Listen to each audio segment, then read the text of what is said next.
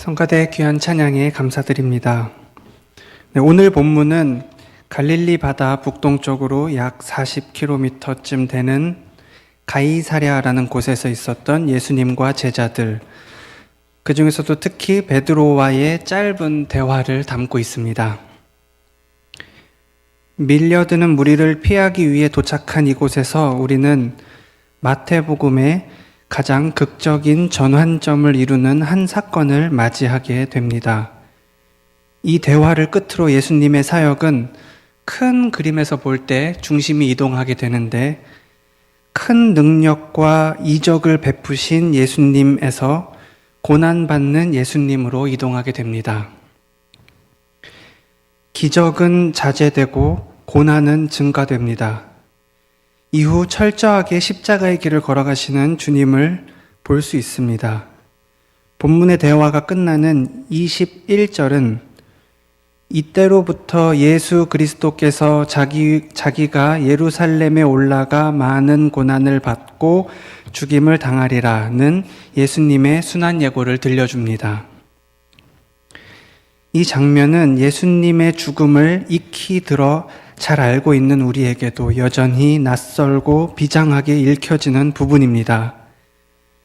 예수님의 공적 사역이 메시아의 순환으로, 예수님의 기적이 예수님의 죽음으로, 이렇게 오늘 예수님과의 대화는 복음서가 그리고 있는 예수님의 생애 중에 가장 큰 전환점을 가져온다는 점에서 중요하고 또 곰곰이 살펴볼 필요가 있습니다. 13절을 보면 예수님께서 빌립보 가이사랴 지방, 그러니까 예루살렘 북쪽에 있는 그 마을에 이르렀을 때 제자들에게 물으셨습니다. 사람들이 인자를 누구라고 하느냐? 여기서 인자는 나라는 단어와 바꿔 읽어도 해석하는 데 무리가 없습니다. 사람들이 나를 누구라고 하니? 이 질문에 제자들이 대답하기를 세례 요한, 엘리야, 예레미야, 선지자 중 하나라고 대답했습니다. 아마 사람들은 예수님에 대한 다양한 생각을 가지고 있었던 것 같습니다. 누구는 예수님이 순교한 세례 요한이 부활했다고 생각했습니다. 마태복음 14장 2절을 보면 헤롯 왕도 이런 생각을 했던 것 같습니다. 헤롯은 예수님의 소문을 들었을 때 그가 바로 세례 요한이 부활한 존재, 그가 바로 예수라고 생각했습니다.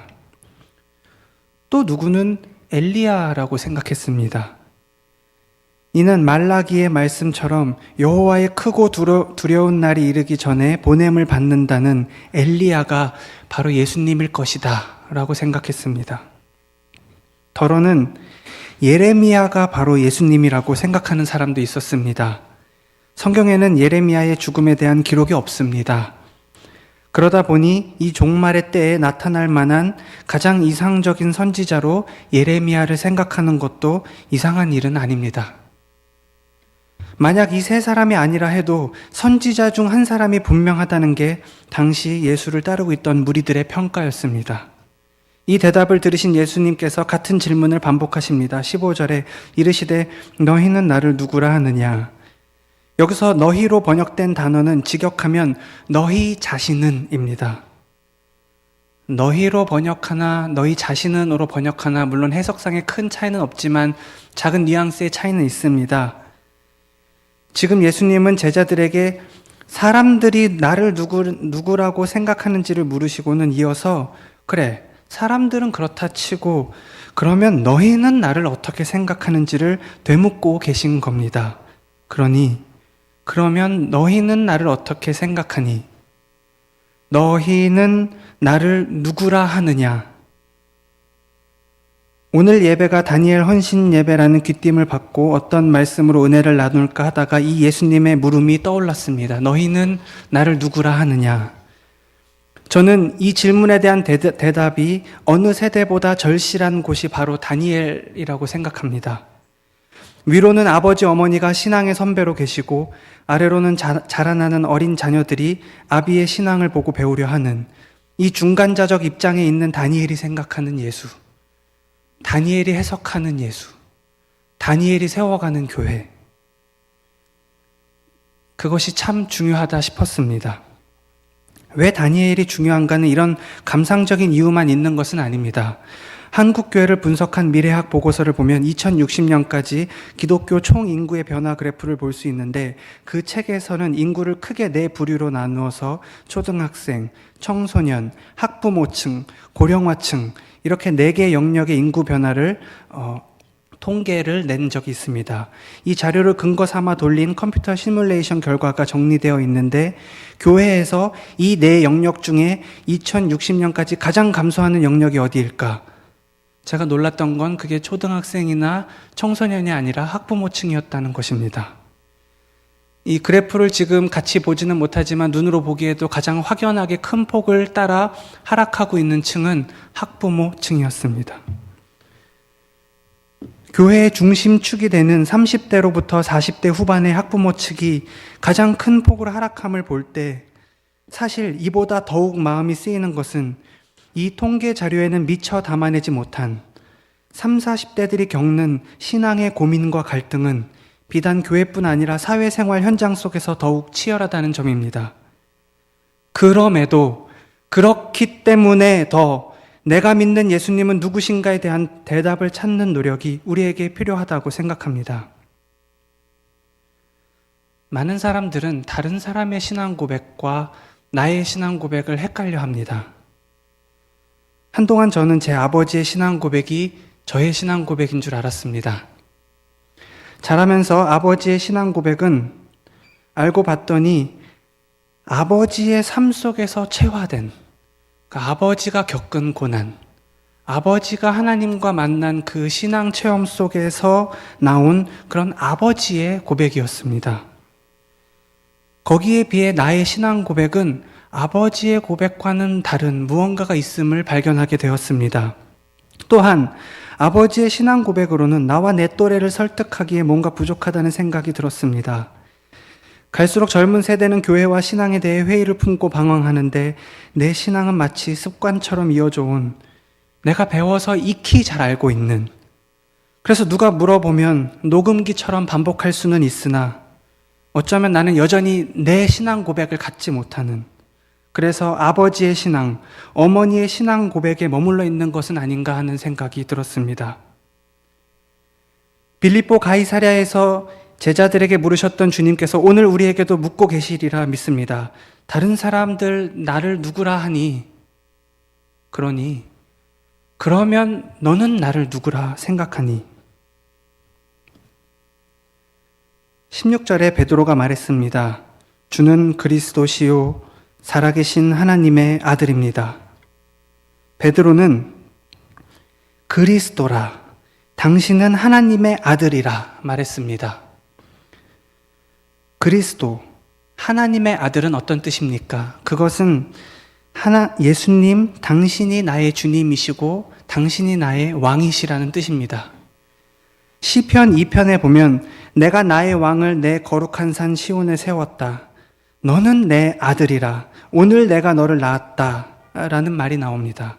이것은 왕의 대관식 때 쓰이는 말로서 이스라엘의 왕이 세워지는 장면에 선언되던 문구입니다. 너는 내 아들이다. 너는 하나님의 아들로서 왕의 통치를 할 것이다. 라는 말이죠. 마태복음 3장은 예수님이 세례받는 장면을 통해 하늘이 열리고 하나님의 성령이 비둘기같이 임하시며 들리는 소리가 이는 내 사랑하는 아들이요 내 기뻐하는 자라 라고 보도하고 있습니다. 이 역시 왕적인 권위를 하늘로부터 부여받는 장면으로 해석할 수 있습니다. 이때부터 예수님께서는 본격적인 공생애를 시작하십니다. 오늘 본문 베드로의 고백 역시 이러한 맥락에서 볼 때 당신이 하나님의 아들이라 함은 예수께서 곧 하나님의 통치를 드러낼 바로 그분의 아들, 예수께서 곧 왕이시라는 것입니다. 당신이 바로 기름 부음 받은 메시아라는 것입니다. 그런데 이 본문을 대하는 사람들은 때로 말하기를 지금은 메시아 사상도 왕도 없다고 말합니다. 누구도 메시아를 기다리지 않는다. 누구도 왕을 필요로 하지 않는다. 자유민주주의 시대에 사는 우리에게 하나님을 왕이라 고백하는 것은 시대에 맞지도 않을 뿐더러 잘 와닿지도 않는다는 것입니다. 그런데 과연 우리는 왕이 없는 시대를 살고 있습니까? 코미디 프로 갑과 을이라는 프로를 혹시 아시는지 모르겠습니다. 제 텔레비전을 보시는 분은 아실 테고 제가 잠깐 소개를 해드리면 이렇습니다. 한 식당 주인이 에어컨이 고장나서 기사를 부릅니다. 이때부터 주인이 하는 소위 갑질이 시작됩니다. 어디가 고장났냐는 기사의 질문에 딱 보면 모르겠냐는 둥 하면서 인격적인 모독과 폭언도 서슴지 않고 심지어는 폭력까지 휘두릅니다. 결국 다 고치고 난 뒤 수리비를 잔돈으로 내던집니다. 이것이 코미디인 이유는 이 정비기사가 수리비로 받은 그 잔돈을 자기가 에어컨을 고친 그 식당에서 밥을 사 먹으면서 반전이 되기 때문에 그렇습니다. 뭐 드시겠냐는 질문에 딱 보면 모르겠냐고 모욕을 되갚습니다. 마지막 식비를 동전으로 던지는 장면까지 똑같이 연출하면서 시청자로 하여금 갑과 을이 가지는 관계의 파괴성에 대해서 공감하게 만듭니다. 이처럼 물론 코미디 프로지만 이게 코미디 프로만의 일이겠습니까? 돈을 지불하는 사람이 돈을 받는 사람의 인격과 영혼까지 소유하려 드는, 여기서 돈이 곧 왕이 아니고 무엇입니까? 이 세상 무엇이 하나님의 형상으로 지음받은 인간의 존엄함을 파괴할 수 있습니까? 돈에게 그 능력이 있다면 그것이 바로 왕이고 하나님입니다. 고대 왕정 시대에는 왕으로 불렸던 이름이 지금은 돈, 권력, 욕망이라는 이름으로 대체되었을 뿐 여전히 우리 시대에도 왕은 존재합니다. 돈이 무소불위의 권력을 가지고 마치 하나님처럼 군림하는 시대를 우리는 이미 살고 있습니다. 그래도 옛날에는 천석 부자다, 만석 부자다 해서 물질적인 부를 축적하는 데 한계가 있었습니다. 땅의 크기, 창고의 크기에 따라 축적할 수 있는 부의 한계가 있었습니다. 그러나 금융자본이 전 세계에 유통되는 지금 개인이 소유할 수 있는 부의 한계는 점점 무한대를 향해 가고 있습니다. 문제는 이러한 소유에 대한 욕망이 번지고 번져서 이제는 다른 사람의 욕망까지도 욕망하는 그런 무한대로 팽창하는 욕망의 시대를 우리가 살고 있다는 것입니다. 이 시대의 욕망이란 무엇입니까? 그것은 곧 성경이 말하는 탐심, 우상이자 동시에 우리가 하나님처럼 여기는 무엇이 이미 되어가고 있습니다. 그러다 보니 오히려 백화점에서 상품을 고르고 돈을 소비할 때는 신중하고 나아가 숭고하기까지 하며, 교회에서 예배를 드리는 것은 오히려 가벼운 신앙의 소비처럼 저 설교는 나랑 안 맞아, 맞아. 저 예배는 내 스타일이 아니야, 맞아. 예배조차 가볍게 소비되고 있는 것이 어째 보면 현실 아닙니까? 이미 이 시대는 무신론이냐 유신론이냐를 넘어서 이 신이냐 저 신이냐를 묻고 있는 시대입니다. 무엇이 너의 하나님이냐? 무엇이 너의 왕이냐? 그 중에 베드로의 고백이 예수님이 하나님이십니다. 예수님이 나의 왕이십니다. 라고 고백하고 있는 것입니다. 따라서 이 말씀은 오늘날을 사는 우리에게도 똑같이 주어지는 신앙의 도전이자 본질적인 이슈가 되는 것입니다. 요한복음에는 오늘 이 베드로의 고백과 비슷한 고백을 했던 예수님의 또 다른 제자 이야기가 나옵니다. 당신은 나의 주님이시요 나의 하나님이십니다. 바로 도마입니다. 부활한 주님을 믿지 못하고 끝까지 의심을 놓지 않았던 그는 다른 모든 제자들이 주를 보았다 할 때도 내가 그 손의 못자국과 그 옆구리 창자국을 만져보지 않고는 믿지 않겠다고 말했습니다. 그리고는 결국 예수님을 직접 보고서야 비로소 했던 말, 당신은 나의 주님이시요 나의 하나님이십니다. 예수님께서는 그런 도마에게 너는 나를 받기에 믿느냐? 보지 못하고 믿는 자들은 복이 있다고 말씀하셨습니다. 전통적으로 이러한 도마의 신앙은 지지를 받지 못합니다. 그러나 오늘날 이런 도마와 같은 신앙이 한편으로는 필요하다 싶기도 합니다.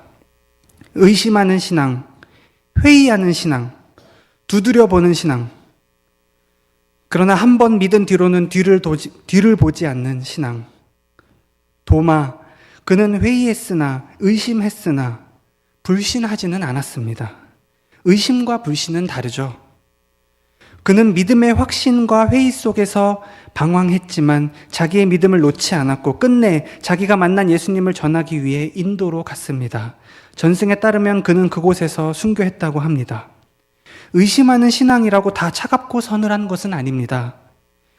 예수님, 당신은 누구십니까? 묻고 물어 이해하려고 하는 신앙은 때로 불보다 더 뜨거운 헌신을 낳기도 합니다. 저는 우리 성도님들, 특히 다니엘의 세대가 그랬으면 좋겠습니다. 부모 신앙의 세대를 이어 이제 다니엘 남성교의 세대는 어쩌면 베드로의 확신과 도마의 의심 사이에서 흔들리나 날로 견고하게 세워지는, 그래서 이 시대에 걸맞는 새로운 신앙의 전통을 다른 세대에 이어갈 수 있는 그런 남성교회가 되었으면 좋겠습니다. 베드로는 말했습니다. 주는 그리스도시요 살아계신 하나님의 아들이십니다. 그러냐, 내게 복이 있다. 이를 내게 알게 하니는 혈육이 아니다. 하늘에 계신 내 아버지께서 알게 하셨다. 계속해서 예수님은 이렇게 말씀하셨습니다. 베드로야, 내가 이 반석 위에 내 교회를 세우겠다. 죽음의 권세가 이기지 못할 것이다. 이 반석 위에 내 교회를 세우겠다라는 이 짧은 예수님의 말씀은 역사 속에서 여러 가지 면에서 많은 관심과 또 오해를 받아왔습니다. 우선은 복음서에서 교회라는 단어가 2번 나오는데 바로 그 2번의 사례 중 하나라는 점에서 관심을 가지게 되었고, 또 하나는 과연 이 반석이 무엇인가에 대한 해석의 차이에서 오는 관심이었습니다. 이 반석은 베드로 자신을 말하는 것이냐, 아니면 베드로의 신앙 고백을 말하는 것이냐, 베드로의 신앙 고백이냐, 베드로냐.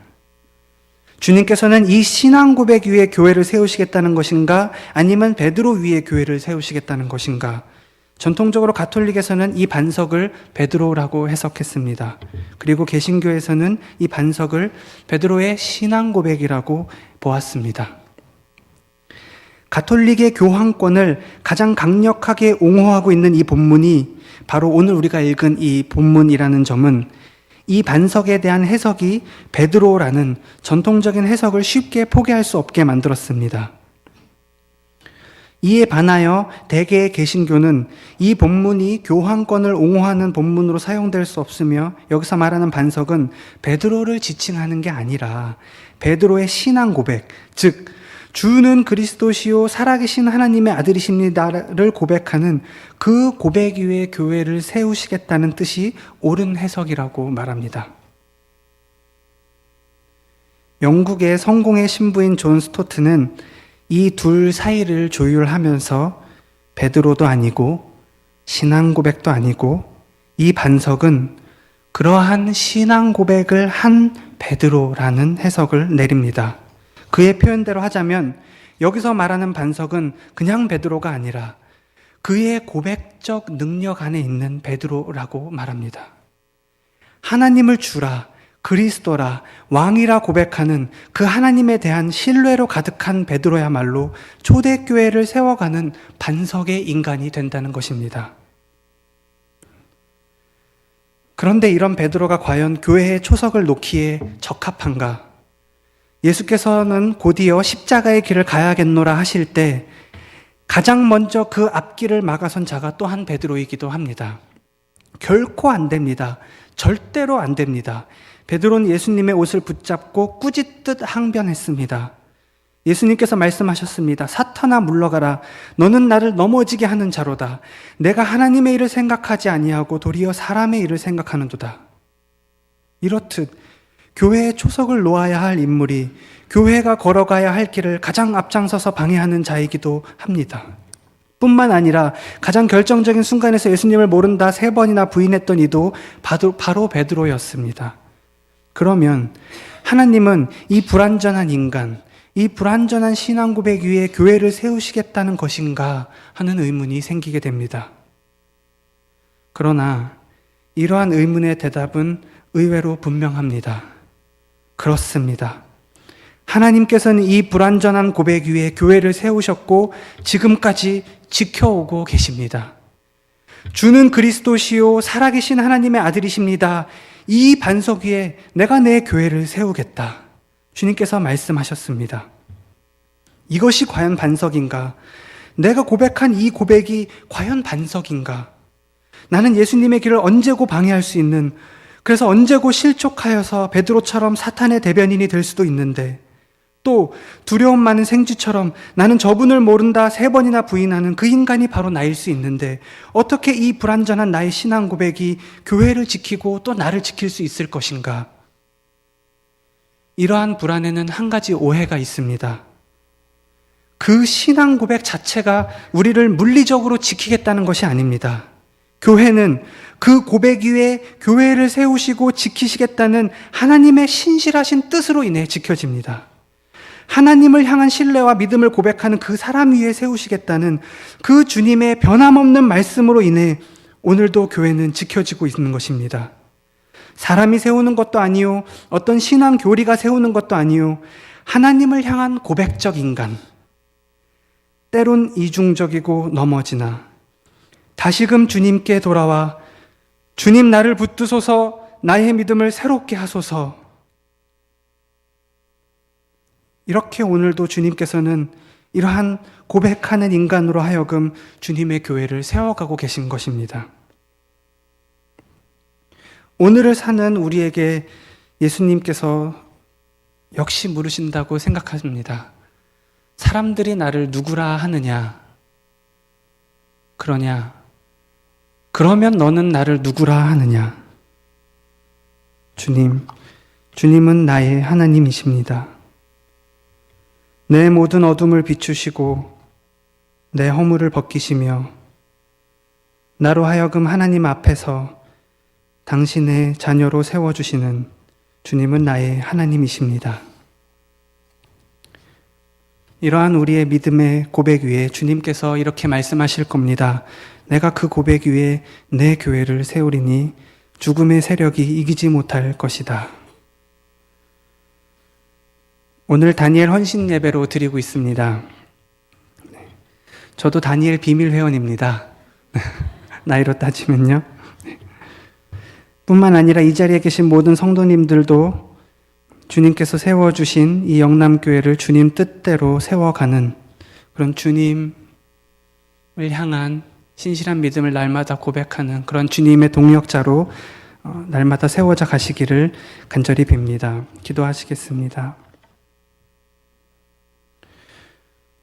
우리의 믿음을 기뻐하시는 하나님, 오늘도 연약한 우리의 믿음을 나날이 세워주고 계심을 믿습니다. 이 세상의 가치가 어떻게 흐른다 하여도 우리가 가진 최고의 가치가 하나님이심을 고백합니다.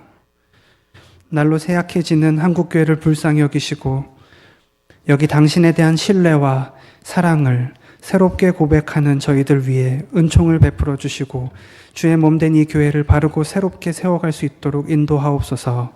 예수님의 이름으로 기도합니다. 아멘.